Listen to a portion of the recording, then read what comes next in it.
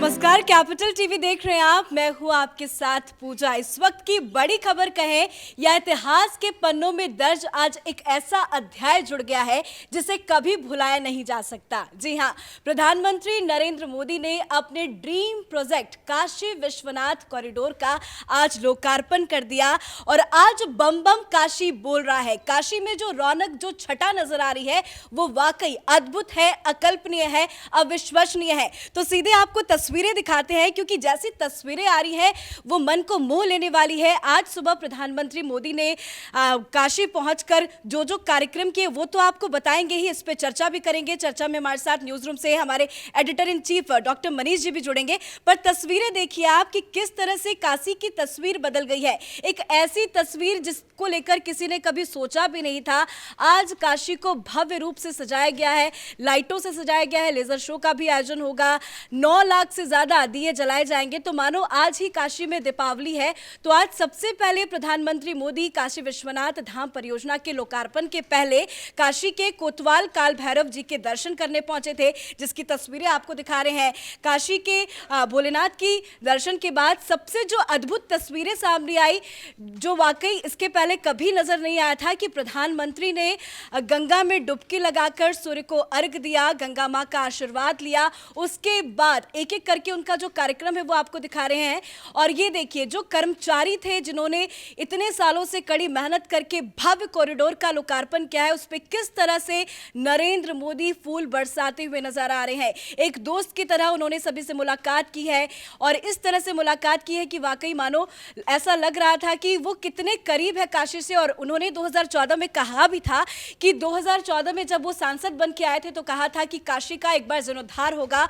और ऐसे में आज जो लोग सवाल खड़े कर रहे हैं कि चुनाव नजदीक है, ऐसे में लोकार्पण किया जा रहा है, तो आज वहां से संबोधन करते हुए नरेंद्र मोदी ने कह दिया कि काशी में बस एक ही सरकार है, वो उनकी सरकार है जिसके हाथ में डमरू है। तो ऐतिहासिक पल है, खास कार्यक्रम का आयोजन किया गया। और इसके साथ हमारे साथ न्यूज रूम से जुड़े हुए हैं कैपिटल टीवी के editor in chief doctor Manish Kumar. Sir, आपको भी बहुत बहुत बधाई, क्योंकि हर भारतवासी के लिए ये बहुत खुशकिस्मती की बात होती है जब हम कुंज गलियों से गुजरकर बाबा भोलेनाथ के दर्शन करने जाते थे। और आज बड़े बड़े 7 द्वार है, गंगा में डुबकी लगाओ और सीधा भोलेनाथ के दर्शन करो। देखिए, आज उस सवाल का जवाब मिल गया। जो लोग मजाक उड़ाते थे, हंसते थे, जब प्रधानमंत्री मोदी काशी आए थे, बनारस आए थे, तो उन्होंने पहला जो वाक्य कहा था कि वो बनारस या काशी आए नहीं हैं, माँ गंगा ने बुलाया है। तो माँ गंगा ने और भोलेनाथ ने प्रधानमंत्री मोदी को काशी क्यों बुलाया, इसका आज जवाब मिल गया कि ये एक ऐतिहासिक काम और अपने आप को प्रधानमंत्री मोदी ने इतिहास में दर्ज कराने वाला काम जो किया है, उससे दुनिया भर के करोड़ों हिंदुओं को आज गर्व हो रहा होगा कि एक आतताई औरंगजेब की करतूतों की वजह से जिस हिसाब से हमारा ये ज्योतिर्लिंग का ये मंदिर भोलेनाथ का, वो बिल्कुल ऐसा लगता था वहाँ पे जाने के बाद कि जैसे कोई हीन भावना जो है घर कर जाता था दिमाग के अंदर, कि ये किस तरीके से हमारे धर्म संस्कार इतिहास में जो कार्रवाई की गई मुगल के द्वारा, उसका आज जो है वो बदला हुआ है। और मैं तो ये कहूँगा कि देखिए,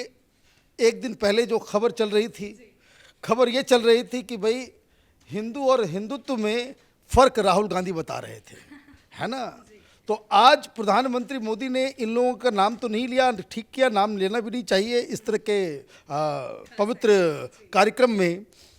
तो आज हिंदू और हिंदुत्व वो क्या है, उसका पूरा जिसको कह सकते हैं कि नुमाइश जो है आज पूरी दुनिया ने देखा। और क्या भव्य मंदिर है, क्या भव्य मंदिर है। और ये आप समझिए कि 21 महीने के अंदर इतना बड़ा प्रोजेक्ट टाइमली ख़त्म कर देना, वो भी, और ख़ास करके विपक्षियों के बारे में अगर बात करें कि इतना बड़ा प्रोजेक्ट 800 करोड़ रुपए का और बिना घोटाले का, बिना किसी बेईमानी के, और तमाम लोगों को खुश करके, कितने सारे लोग उनके घरों को वहाँ से रिलोकेट किया गया। 1400 इस तरह के लोग थे जिन्होंने ज़मीन को के ऊपर पैसे लिए और बिना किसी केस मुकदमा, बिना कुछ किए हुए इस प्रोग्राम, इस पूरे योजना को कंप्लीट कर पाना, ये अपने आप में एक ऐतिहासिक पल है हिंदुस्तान के लिए, हिंदुओं के लिए, और ये गर्व करने वाली बात है। जी, अगर प्रधानमंत्री के अलावा नरेंद्र मोदी को एक सांसद के तौर पे देखा जाए तो ऐसे बहुत कम सांसद होते हैं जो बाहर से आते हैं, चुनाव लड़ते हैं और बार बार उसके बारे में, उस जगह के बारे में सोचते हैं या उसको किस तरह से आगे लेके जाना है, वैसा आई थिंक किसी ने नहीं सोचा होगा। पर पीएम मोदी ने जिस तरह से बनारस की तस्वीर बदली, तो ऐसे में पीएम मोदी के दिल के कितना करीब हो गया बनारस? अब मैं आपको इसमें एक नई बात बताता हूँ।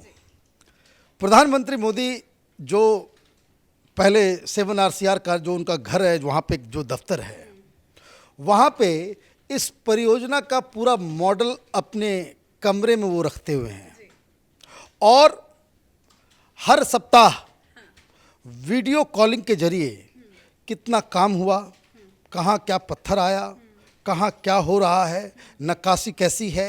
अब आपने पूछा कि कितना क्लोज है, जो व्यक्ति इस परियोजना के पूरे मॉडल को अपने दफ्तर में रखता हो और रोज़ वो उस पर ध्यान देता हो। मैं आपको बता दूं कि दरवाज़ा कैसा होगा, कितना चौड़ा होगा, कैसे इसमें घुसेंगे लोग, कहाँ कहाँ क्या बनेगा, किस तरह का रूप होगा, कैसे लाइटिंग होगी, ये सारी चीज़ें ये प्रधानमंत्री मोदी अपने खुद इसका पूरा जो है वो निगरानी। और सर, जो ये लाइव तस्वीरें आ रही हैं, इसको देखकर कितने दिल को तसल्ली उनको मिलती होगी, क्योंकि वो अभी निरीक्षण कर रहे हैं सीएम योगी आदित्यनाथ के साथ। कॉरिडोर से सीधा लाइव तस्वीरें आ रही है कि किस तरह से बनाया गया उन्होंने प्रोजेक्ट को। आपने जिस तरह से बताया कि वो अपने दफ्तर में रखते थे, पूरा इम्प्लीमेंटेशन हुआ है, तो आज की जो तस्वीरें निकलकर सामने आ रही है, तो पीएम मोदी का एक बहुत बड़ा सपना पूरा हुआ। देखिए, ये तो सपना ही है। आप जिस मॉडल को आप रख रहे हैं कि भाई ऐसी ही तस्वीर बननी है, और वो आप आज उसका उद्घाटन कर रहे हैं,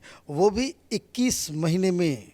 और मैं आपको बता दूं, जब ये परियोजना की शुरुआत की गई थी, सारे लोग यही कह रहे थे कि ये तो पॉसिबल ही नहीं है, ये कैसे होगा, वहाँ पे लोग कहाँ जाएंगे, इतने सारे घर हैं, इतना ये है, तमाम तरह की चीज़ें, और सारे लोग इसका मजाक उड़ा रहे थे।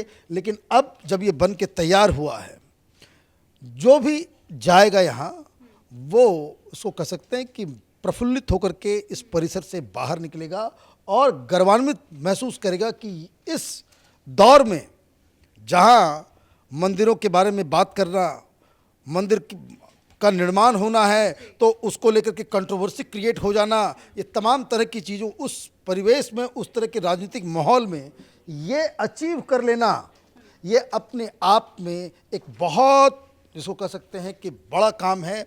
आज तो हम बहुत ही प्रसन्न हैं, और इस बात के लिए प्रसन्न हैं कि जिस चीज़ के बारे में आप सोच नहीं सकते थे, आप देखिए किस तरह के दरवाजे, किस तरह का पूरा आभा जो है इस पूरे प्रोजेक्ट का, वो ऐसा लग रहा है कि हम लोग तो जा नहीं सके, लेकिन अदरवाइज मैंने ऐसा लग रहा है कि अभी फौरन वहाँ जा कर के भोले बाबा के चरणों में जाकर हम लोग जो है अपना नमन जो है वहाँ पे करें। और सबसे खास बात कि वो दिन दूर नहीं जब आम जनता के लिए खुल जाएगा। बस आज 13 तारीख, कल 14, परसों 15, तो 15 से हर कोई जाके बाबा के दर्शन कर पाए। बिल्कुल, और करेगा ही। और देखिए, सबसे बड़ी बात, प्रधानमंत्री ने भाषण में आज क्या कहा, उन्होंने किसी काशी को एक उत्तर प्रदेश या बनारस या अपनी कंस्टिट्यूंसी के रूप में उन्होंने नहीं उसका, काशी सांस्कृतिक हिंदुत्व का जो है वो केंद्र है, वो उसकी राजधानी है।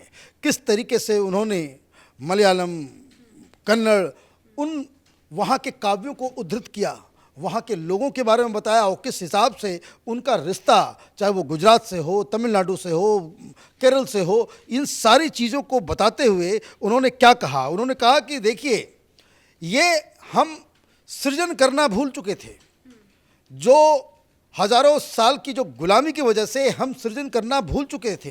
हम मंदिर नहीं बना रहे, हम कुछ नहीं, लेकिन साथ ही साथ उन्होंने ये भी कहा कि ये सिर्फ मंदिर बनाने का प्रकल्प नहीं है। उन्होंने 3 वादे जो देश की जनता से उन्होंने मांगे, एक तो स्वच्छता, दूसरा सृजन, और तीसरा आत्मनिर्भर भारत। आपने इस परियोजना के जरिए आपने हिंदुस्तान को अपने पैरों के ऊपर खड़ा रहने, स्वस्थ रहने और एक अलग किस्म का इसको कह सकते हैं कि साइंटिफिक टेम्पर को किस हिसाब से आप हिंदुत्व के साथ जोड़ सकते हैं, उसका पूरा विवरण किया कि हम सिर्फ मंदिर नहीं बना रहे हैं, हम हर डिस्ट्रिक्ट के अंदर मेडिकल कॉलेज भी खोल रहे हैं, हम ब्रिजेस भी बना रहे हैं, इंफ्रास्ट्रक्चर भी क्रिएट कर रहे हैं। तो ये मुझे लग रहा है कि प्रधानमंत्री के पूरे टेन्योर का एक ऐसा पॉइंट है ये जिसका इतिहास में उल्लेख किया जाएगा। और जिस हिसाब से हम लोग जब भी काशी विश्वनाथ के बारे में बातचीत करते हैं तो अहल्याबाई का एक कंट्रीब्यूशन उसका ध्यान रखते हैं, हम लोग रंजीत सिंह के बारे में कहते हैं।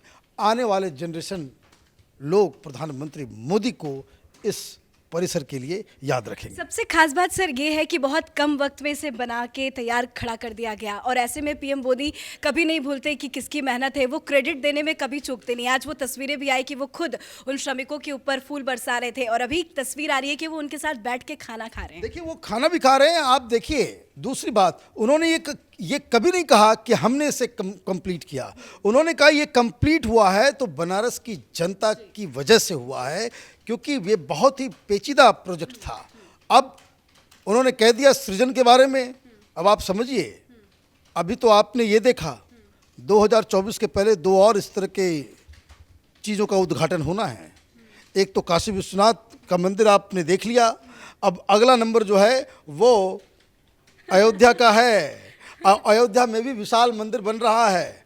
और तीसरा जो और भी इम्पोर्टेंट है, जिसके बारे में कम चर्चा लोग कर रहे हैं, ये जो सेंट्रल विस्टा जो बन के जब तैयार होगा, हिंदुस्तान प्रधानमंत्री मोदी को आने वाले कई सदियों तक भूल नहीं पाएगा। तो अयोध्या भी तैयार है, काशी भी तैयार है, तो मथुरा की भी बारी हो सकती है। मथुरा की बारी हो तो देखिए, मथुरा के ऊपर तो वो चर्चा होगी। अब जिस हिसाब से ये बना है, अब कई सारे लोग कृष्ण भक्त भी अब कहेंगे कि भाई अब हमारे लिए भी जो वहाँ पे होना चाहिए, और ये ज़रूरी भी है, ये ज़रूरी भी है। इसलिए नहीं कि यहाँ पे कोई हिंदुत्व और उसके और सेकुलरिज्म का सवाल है, ये नहीं।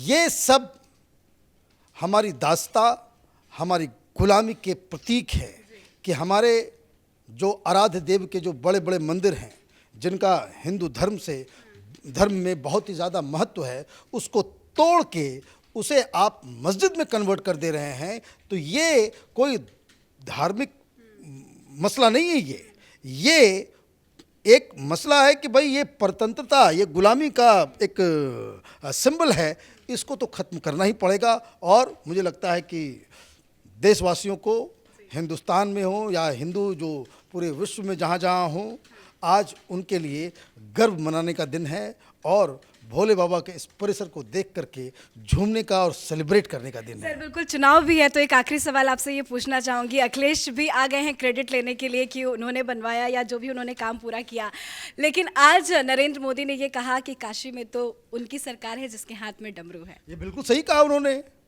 काशी एक अलग जगह है, और ये कोई नई बात तो नहीं कह रहे थे कि वहाँ तो एक सरकार ही चलती है, वहाँ तो भोले बाबा का ही, और भोले बाबा का आशीर्वाद पीएम पे। बिना किसी डाउट के, और बिना आशीर्वाद के ये काम थोड़ी पूरा होता। बिना आशीर्वाद के ये काम पूरा नहीं हो सकता। और आपने क्रेडिट की बात कह दी। अखिलेश यादव हों या कांग्रेस पार्टी हो, चाहे वामपंथी हों, चाहे वो राम मंदिर का मसला हो, चाहे वो काशी विश्वनाथ परियोजना का हो, इन लोगों ने सिर्फ बाधा उत्पन्न करने का काम किया है। उनको क्रेडिट इस बात के लिए देनी चाहिए कि इन लोगों ने प्रधानमंत्री मोदी के डिटर्मिनेशन को और पुख्ता किया। ये तमाशा नहीं करते, वहाँ लोगों को खड़ा नहीं करते, कम आंदोलन नहीं हुए हैं, कम आर्टिकल्स नहीं लिखे गए हैं। ये जो लेफ्ट लिबरल कबाल के वेबसाइट्स पे जाइए तो वहाँ पे तो प्रधानमंत्री मोदी को मंदिरों को नष्ट करने वाला प्रधानमंत्री, 100 से ज़्यादा मंदिर पे बुलडोजर चलवा दिया मोदी ने, ये इस तरह की कहानियाँ ये लोग छापते थे। तो आज इन सब को जवाब मिल गया। इसलिए मैंने शुरू में कहा कि माता गंगा ने मोदी जी को काशी क्यों बुलाया, उस सारे सवालों का जवाब आज जनता के सामने। चलिए, बहुत बहुत शुक्रिया बातचीत करने के लिए। तो माँ गंगा ने नरेंद्र मोदी को क्यों बुलाया, उसकी तस्वीरें भी आपको दिखा रहे हैं, क्योंकि आज पीएम मोदी ने खुद माँ गंगा में स्नान करके अर्घ दिया और उन्होंने खुद अपने ट्विटर में लिखा है कि माँ गंगा की गोद में उनके स्नेह ने कृतार्थ कर दिया। ऐसा लगा जैसे माँ गंगा की कलकल करती लहरें विश्वनाथ धाम के लिए आशीर्वाद दे रही है। तो हर बार अपने संबोधन में वो माँ गंगा को याद करते हैं। अपने आज के संबोधन में उन्होंने सबसे पहले शुरुआत माँ गंगा के नाम से की, भोलेनाथ के नाम से की। तो आज काशी में जो रौनक नजर आ रही है वो वाकई अद्भुत है। पीएम मोदी ने वो कर दिखाया जो कभी किसी ने सोचा ही नहीं था। तो जिस तरह से लोकार्पण हुए उसकी पल पल की तस्वीर आपको दिखा रहे हैं। एक एक तस्वीर दिखाएंगे क्योंकि 3 दिन तक ये पूरा कार्यक्रम चलेगा। शाम को लेजर शो का भी आयोजन रखा गया है। काशी के हर घर में लड्डू बांटे जाएंगे और इस पर्व को अच्छे से मनाया जाएगा। कैमरा पर्सन अशोक के साथ मैं पूजा, कैपिटल टीवी।